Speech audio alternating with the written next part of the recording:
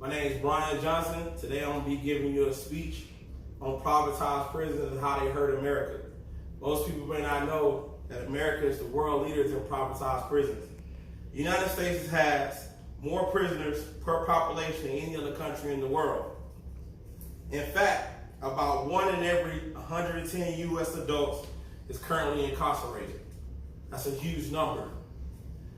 The population of the prisons in America can be traced back to the Civil War of 1852. One of the most well-known prisons in America, which is San Quentin in San Francisco, was the first privatized prison. In 1980, the privatized prison industry began booming because of the war on drugs.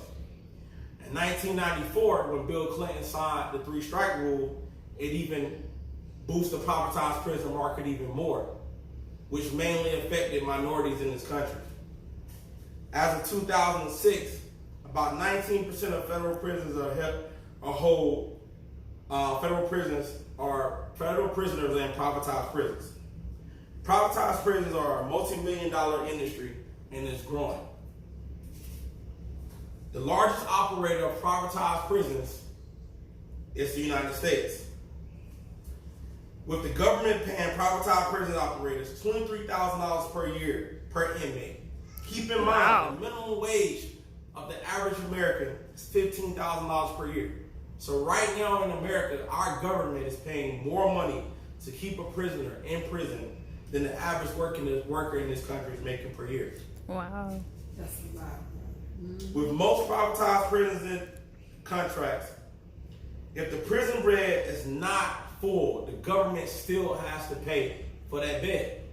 So even if it isn't a prisoner inside that bed, the government is still dishing out $23,000. So it will make them majority of the time want to put someone in there so they're not just losing their money. Not only are your tax dollars funding the privatized prison operators, but what you might also not know is you're probably investing in it.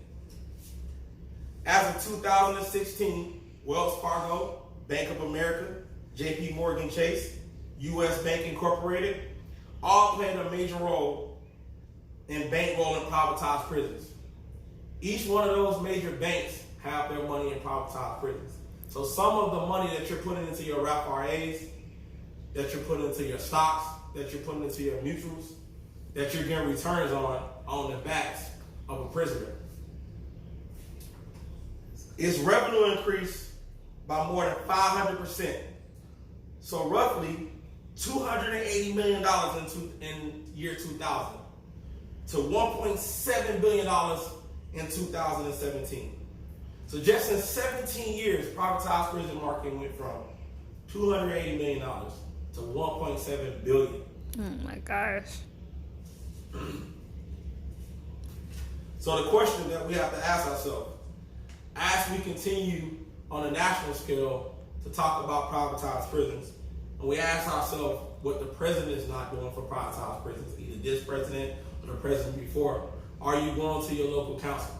Do you know your local council?